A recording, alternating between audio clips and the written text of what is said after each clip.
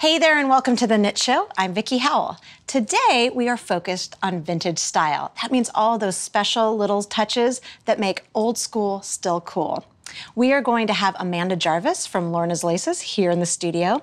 Then we are going to hear from psychotherapist Chelsea DeKryuff, who's going to talk to us about the neurology of creativity. Then we'll come back to the studio to see Edie Eckman crochet up some great little trims that you can add to anything. First up, though, we are going to meet today's Knit Hive. Hello, ladies. Hi. Hello, hello. So, everybody, meet Andy. Everybody, Andy, everybody.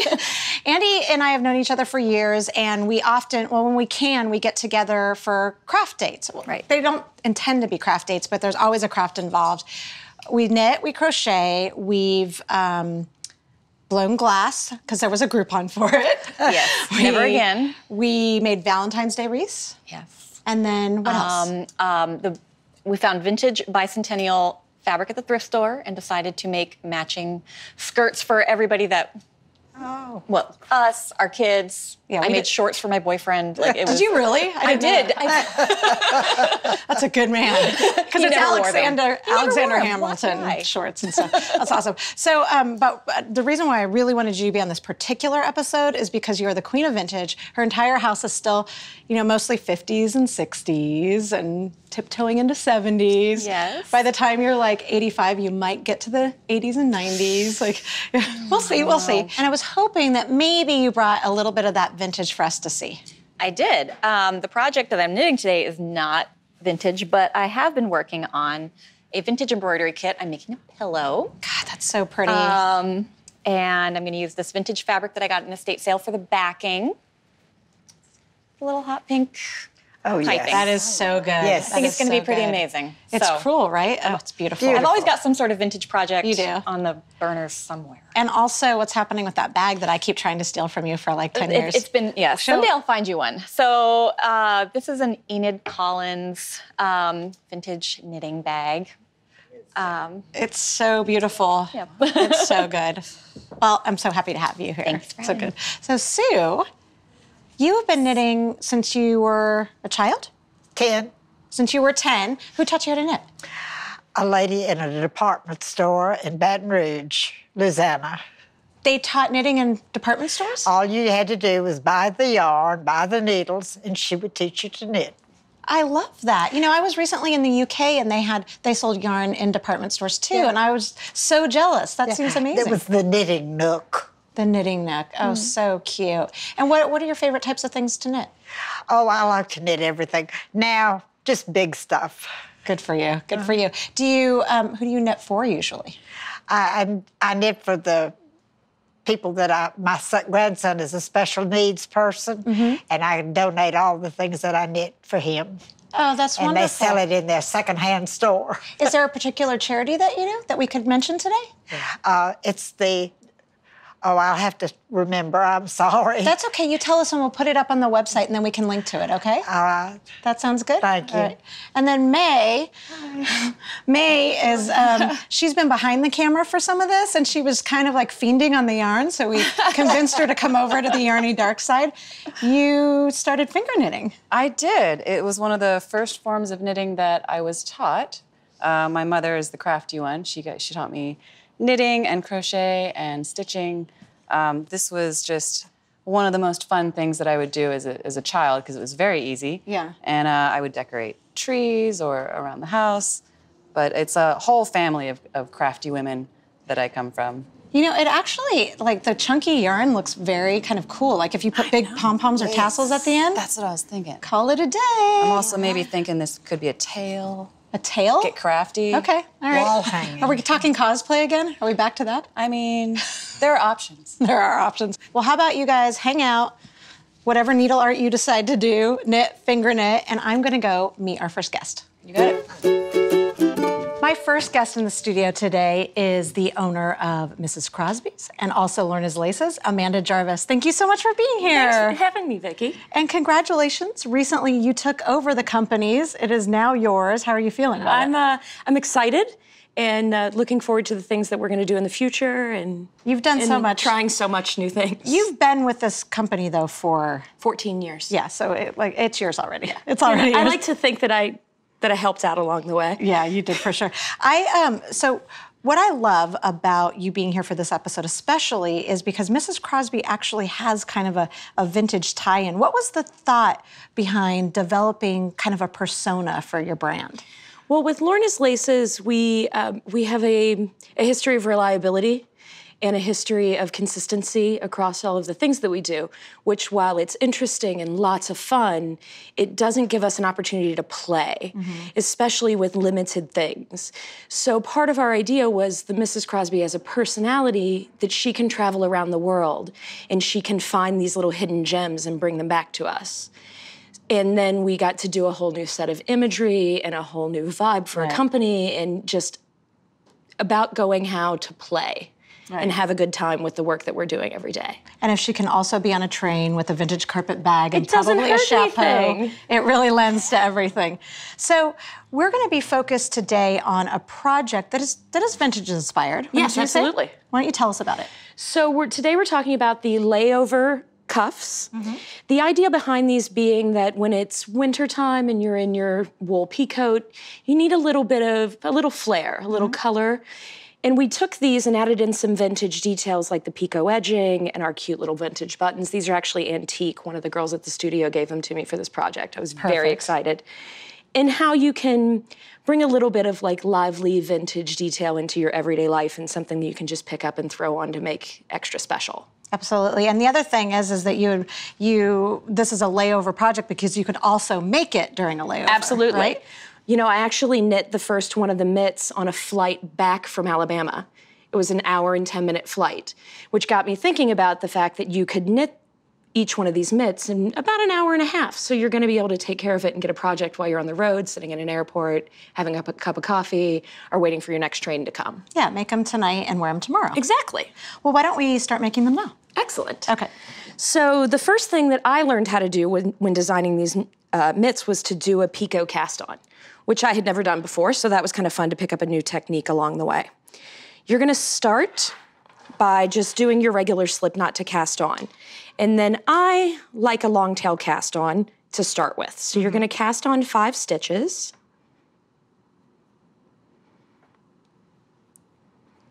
And then you're gonna start your bit of Pico. So you are going to knit two stitches, which I always have so much trouble with the beginning very part of it. The first row is The first always couple the of rows are fussiest. always a little tricky. And then you're gonna cast off 1, and then you're gonna knit 1, and cast off 1. And then you're gonna move this stitch from your right needle over to your left needle. This makes 1 little picot. So cute. So then you're gonna cast on 4. Now to cast on in a row, you kind of have to do, or at least I think you have to do, a knitted cast on. So you go like you're going to knit, and then you pull it out a little further and put it onto the other needle and pull it tight in again. And you're gonna do this 4 times. I twist it as I go in. Part of that's because of the way that I knit. You're gonna need to do whatever's gonna work for you to get you the fabric that you wanna get in the end. Okay, so now that we have 4 cast on, we're gonna knit 1,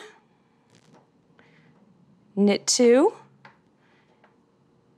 cast off 1, knit 1, cast off 1, move that knit stitch back over here, and now we have 2 little picots. And you can see how cute these little nubbins look. That's such a sweet detail, really fun. And so you would just continue that until you had as many. You continue that on, and for this particular pattern, you're gonna go till you have 39 little, you're not gonna have 39 picots, but you are gonna have 39 stitches on. Right. And for those of you that are unfamiliar with the term cast off, it's exactly the same as bind off. Okay, so then you're gonna just work in stockinette for a while. You're gonna work in stockinette for about between 3 and 4 inches. Then, and you could lengthen it probably, any length that you want the you actual really wrist can. portion. You know, Okay. with the yardage in this yarn, this is carpet bag from Mrs. Crosby. With the yardage in this yarn, you can probably make 2 full sets of this size mitt. So if you wanted to bring them way up your arm, you absolutely could, or make the lace part longer down your hand. There's plenty of extra yardage for it. Great. So after you get to the length, Then we want to move it over to double point needles so that we can do the lace in the round. Okay. So this is just easy as can be. You just slip it onto the new needle. 3. I do. Oh, so you're not knitting onto those? Okay. No, I just slip it on. The seam has always kind of been the easiest way for me. And you kind of want to distribute them evenly or with an amount of number that are good for you. For me, I did 13, 12, and 13, just so it's an even number. And all of this information will be available, of course, on the website. And then we go to our next needle. There you go. Oops, push it down on there so it doesn't fall off. And just as a super easy reminder, stockinette stitch is knitting on one side of the fabric and purling on the other side of the fabric. And this would absolutely be a great project if you had maybe a couple projects under your belt, don't you think? I think so. You know, one of the things, I am just a complete all thumbs when it comes to knitting lace. And every time that I've attempted to do lace in the past, it has just not worked out for me. But this pattern, the lace pattern in this is so simple and so easy to remember that after I did the first couple of rows, I didn't even need to go back and look at it. Perfect. Which is saying a lot for me, I gotta be honest. That's actually the only kind of lace knitting that I enjoy. Well, I like to think about my projects, especially because I do most of my knitting while I'm traveling. I like for my projects to be a little relaxing and a little smooth. So now that we have everything moved over to our double points, we want to make sure our yarn is on the outside of our work so that we don't get it tangled up inside of it. And then we're just gonna do one round of knit. For me, I like to do this because it kind of gives a base before you head straight into the lace, gives it some stabilization so that when you go later to put your buttons on and wear it, you're not in a situation where it all pulls apart. So we're gonna do one round that's just knit in the round.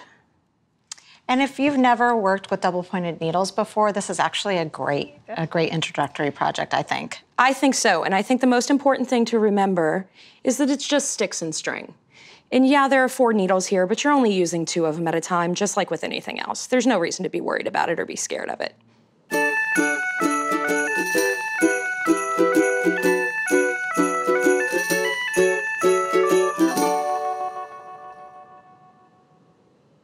So, after we've finished our one round of stockinette, then we begin our lace pattern.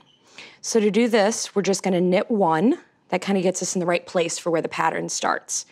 One of the things is so that the back end of the pattern and the front of the pattern match up so that it stays even all the way around. Right. So you're gonna knit 1, you're gonna do a yarn over. To do that, you literally just pull the yarn over, lay it across the needle, and then you knit your next stitch is knit 1, you're gonna knit 2, you're gonna knit these 2 stitches together. So you're basically turning 2 stitches into 1. You knit 1, and you knit 2. There, you knit lace. It's easy as that. Then you do it over again. You yarn over, you knit 1, you knit 2, you knit 2 together, you knit 1, you knit 2. There's the end of your first needle. So you're back to the beginning of your pattern again. And back to the beginning of the lace. And so back to now the you beginning know of the lace. like all the maneuvers, all the moves that you need to create this whole lace pattern. Right. You just need to know that yarn over and you just need to know that decrease. So from there, you'll continue, and now we're gonna talk some extra vintage detailing. So once you finish that, you're gonna block it so that it lays it out flat. Make sure you get it into the shape that you want it to be and the gauge that you want it to be so that it's gonna fit right. This is where you really get to add the super fun vintage details. Here we're working again with some antique buttons, much like these. These are super, super cool pewter buttons. They're from the 20s. They've got a lady with wispy hair on them. Yes. They're very Art Nouveau. They really are. Thought they were absolutely fantastic. So the other neat thing about this as a beginner project for something like this is because of the looseness of the knitting, you don't have to make buttonholes. Oh, perfect. Which is super cool. So all we're gonna do is take our needle and thread, just like you would sew on a button at home for anything else. We're gonna put it through the knitting, drop the button down over, put it out the other side of the knitting. Now I like to loop my needle through the end of my yarn, which has a knot in it. Just to secure it. Just to kind of secure it and make it a little easier. If you find that your buttons are a little too wobbly, some people like to do a foundation button of a clear button on the back side so that it's not connecting to the knitting, it's just connecting to the button. Yeah, and so then you would just repeat all of that until you had all of them. You use the actual weave to poke the buttons for it, and that's all that you do. And then this, when you're done, you just pop it through that pattern, through your lace stitches. Voila, tiny little button. All right, perfect. Well, thank you so much. And all of the information on Mrs. Crosby's yarn and Lorna's laces and also the pattern for these adorable gauntlets or wrist warmers, whatever you want to call them, will be on theknitshow.com. Next up, we are talking neurology and creativity. Hi, my name's Chelsea DeKryuff, and I'm a psychotherapist in private practice. I specialize in applied neuroscience and mindfulness, and one of my areas of interest is helping artists better access their creativity. So if you're a knitter or crocheter and you want a little bit more creativity in your work, you ever feel you've reached a plateau or it's just kind of stopped being fun, let me give you a few ideas about how you might think about your brain differently to better help you access that creativity. So let's talk about your brain and where creativity comes from. When we think about the brain, we have your right hemisphere and your left hemisphere. The right side of your brain is generally where you have music, an appreciation of beauty, art, spirituality, sexuality, memory. It's where all of these kinds of mysterious and more abstract parts of who you are exist. The left side of your brain is where we register linear time, language, deadlines, categories, procedures, and getting things just right. And that's where we have perfectionism. So sometimes when people are engaged in creative acts, they'll get so caught up in having it be just perfect that they're not even in the part of the brain where the good ideas are coming from. So if you are doing some project and your gauge is off or the pattern isn't just quite right, maybe if you can cut yourself a little slack and have a little bit more fun and just play with it and not be so caught up in getting it perfect, then you're probably gonna have some better ideas and your whole entire experience is gonna be a lot more enjoyable. We are back in the Knit Show studio, and my next guest is author of Every Which Way Crochet Borders, Edie Eckman. Thank you for being here. I'm so happy to be here. Well, you've written multiple books on motifs and edgings. What is it about edgings in particular that's sort of drawn you to them? Well, you can put edgings on so many things. It doesn't just have to be a blanket or something. So I sort of got the idea that I wanted to have a reference to be able to look up and put an edging on a sweater or a scarf or something. So I started writing edgings books. And then you just kind of couldn't stop. That's right. I thought I had finished, and then it turned out there was more. Because your book sold well. Yes. And props. That's hard to do in our industry, so that's so good. Right. So vintage edgings, or edgings in general, have a vintage style to them all in of themselves. You brought some handkerchiefs, right? Right. These handkerchiefs were from my mother-in-law, and so many of us are familiar with that type of edging, or also edgings that go on pillowcases or towels, things like that that you'll see in flea markets or in your grandmother's linen closet, I guess. Yeah, and it's also a great way, vintage or not, to kind of personalize something store-bought. If you want to do a host gift or just a little something special, but you maybe can't make it from scratch, you add a little of your own flair. Sure. As a matter of fact, I had a neighbor who kept having babies. She had them every year or two, and I found out on the third child that I got just as much credit for making a crocheted edging and sewing it on a onesie as making the whole baby blanket and hat and booties and everything. So there's a tip for you. That was a turning point in your crochet life. You're like, only edgings. Right. 2 books full of them. Right. So today you're going to show us how to apply that very philosophy to a project that you've made. Do you want to tell us about it? Sure. Well, I used my very basic sewing skills to take a tea towel, sew a grosgrain ribbon on it to make a waistband. So now we have a vintage style apron made from modern materials, and then I crocheted a border on it that looks a little bit like a zigzag, because we know that zigzags were big back in the day. Like a rick-rack almost. Right. Yeah, absolutely. So I used a blanket stitch and then a single crochet border and then the actual border that is the colorful rickrack looking edging. Right, and if people didn't want to have an apron, you could also do this to a blanket or just a tea towel or whatever. Right. All right, and I actually have been spying on all kinds of Pinterest boards that are dedicated purely to this kind of apron, with or without crocheted edgings. I'm kind of obsessed, so let's get started right now on this. Okay, great. I'm going to start by putting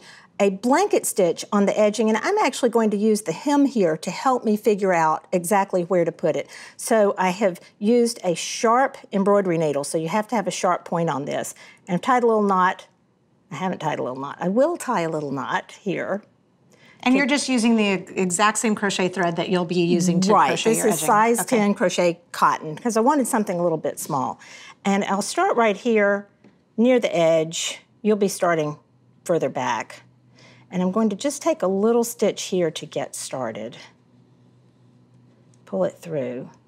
And now I'm going to be working from back to front, and I'm going to just sort of guesstimate. In this case, I'm going to use about 3 stitches. 1, 2, 3. I don't know if you can see that. Oh, the sewing stitches. The sewing from the machine stitches, from the hem. right? To show me how I'm going to keep the stitches even. So I come through, now I have this little piece across the top. I'll go back to the back again. I'm coming right up to the corner here, and I make sure that I wrap or pass that piece of yarn, piece of thread, over the needle. So then I'll just pull this through. Now we've reached the corner, and we have to do something special at the corner because we need to go around this way. I'm going to take another stitch from back to front into this same spot here in the corner and pull the needle through. So I'm actually putting 3 stitches into the very same corner piece here. But as you can see, it goes around the corner. So just like if you were crocheting around a corner, you would need to do 3 stitches in that corner to compensate for the fabric. And you notice that these stitches may jump around a little bit. That's fine. Just keep going around. Leave a little space there, but then just keep going around, stitching evenly all the way around so that then you have your blanket stitch edging. And by the way, you don't want to have too long a piece. You're going to have to start and stop. Okay. With new pieces of yarn. All right, so now we're ready to get crocheting once you've gone around the entire edge. Right. Okay. So now we're going to take our blanket stitched edge and some thread. And I like to use a standing single crochet, meaning that I'm just going to start with a slip knot right on my hook and do a single crochet. In this instance, I have found that about 3 single crochets in this piece of edge thread is about right. Now that's what I'm using for this hook size and this thread size. So it may be different for you. You might have to play around a little. You play around, you want it to be smooth and lie flat. You don't want it to ruffle or pull in at all. So when we get to the edge, to the corner, you'll notice, look, it kind of jumped around, but that's all right because I'm going to put 3 stitches in this one. And then I want to also have a corner stitch, like a single corner stitch. So I'm actually going to put 4 stitches here. That was my corner stitch. And then I'm going to put 3 in the next one. And you'll be doing the same thing as you work all the way around, putting about 3 in each of those. If it starts to ruffle a little bit, then don't put as many in there. Right, just pull it and experiment. Okay, from there, we go to the next row. Right. So now we have our single crochet edging. Nice, smooth, flat, even. And at this point, I haven't really worried about how many stitches I have. Right. But we do have to pay attention to our multiple, our stitch multiple, because our stitch pattern is a multiple of 4, and we're going to need a multiple of 4 along here, but a multiple of 4 plus 3 along here. That's in the instructions. Okay. I'm going to determine where my corner stitch is, which is right here. And then I'm going to count back 4 stitches. 1, 2, 3, 4. 1, 2, 3, 4. I'm going to start right here just to show us what happens when we come up on the corner. This is row 1. I'm going to start with a single crochet, and then I'm going to do chain 2, and then I'm going to do what I call a Pico 3. So it's a chain 3, slip stitch in the 3rd chain from the hook to make a picot, and then chain 3.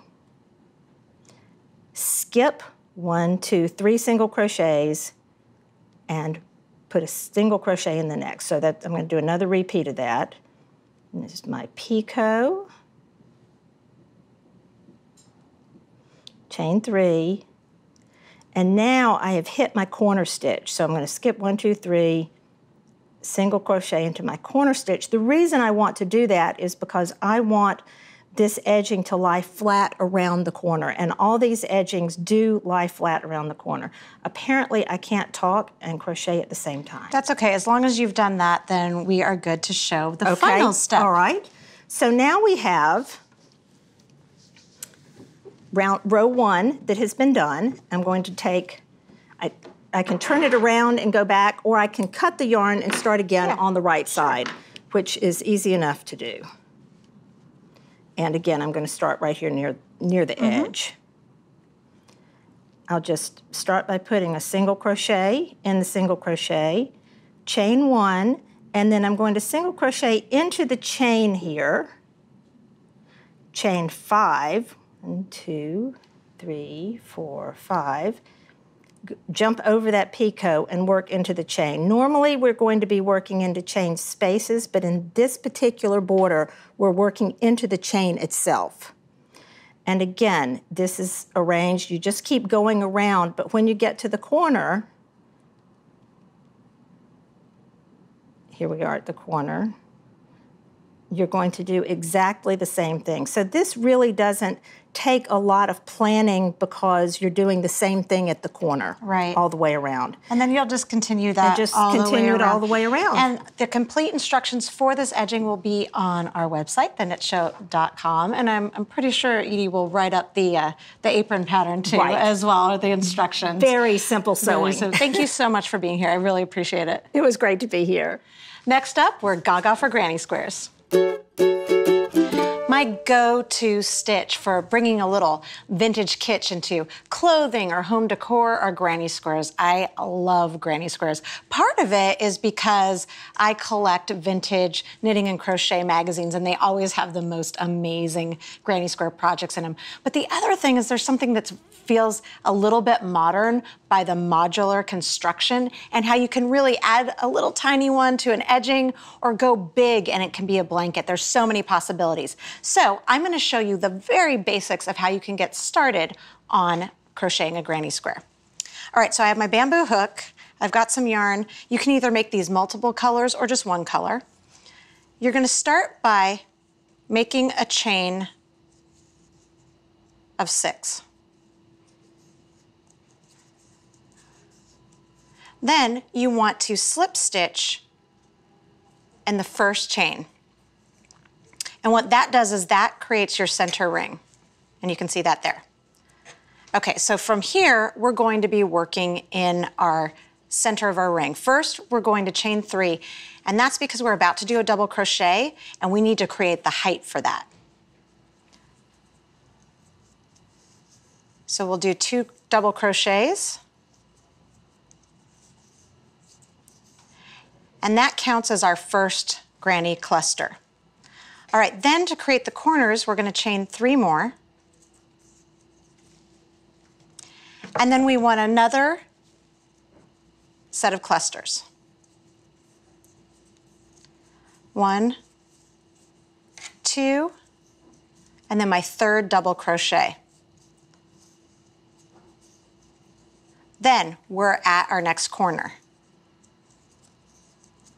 Chain 3, and then we work in our center ring again. We're creating our next cluster, which is 3 double crochets. And then because we're making a square, we know we need a 4th one, so a 4th cluster. We're making a corner, chain 3. Then we're making our last cluster with 3 double crochets. If you're watching not in the US, these are trebles. Okay, so We're at the end, we need one more corner, so I'm chaining 3 again. And you can see my square is almost complete, but I want to join a new color for my next round. So you want to do that before you join. So I'm going to insert my hook in the top of that beginning chain, and I'm actually going to go under both loops.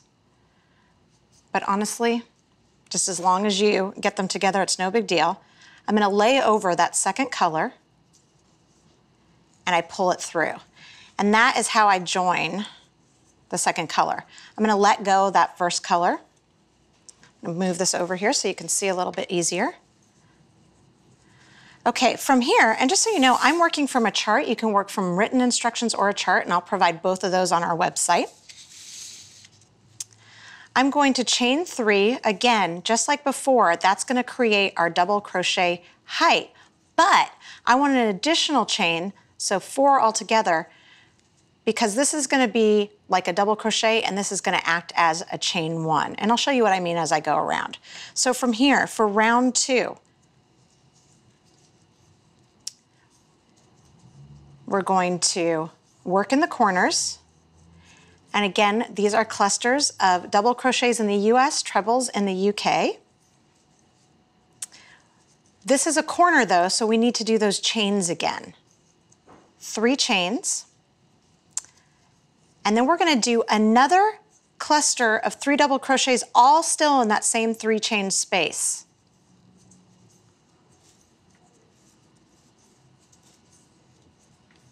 Okay, so you see what I mean? So all of those stitches that we just worked were all done in that chain 3 space from the round before. Okay, then I'm gonna chain 1. That will get me over all of these double crochets from the round below without it bunching. And then I'm gonna repeat the exact same thing, which is 3 double crochets in the chain 3 space, chain 3,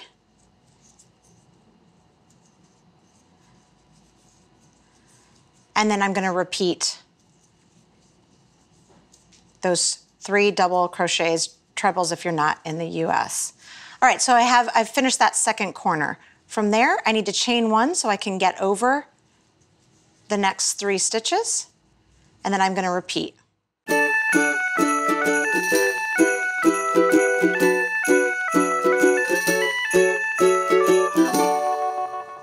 Okay, now I'm ready for my last corner. So from here, we're going to chain 1 to get, again, over that space. We're going to the next corner. We're going to do another cluster. So again, still double crocheting.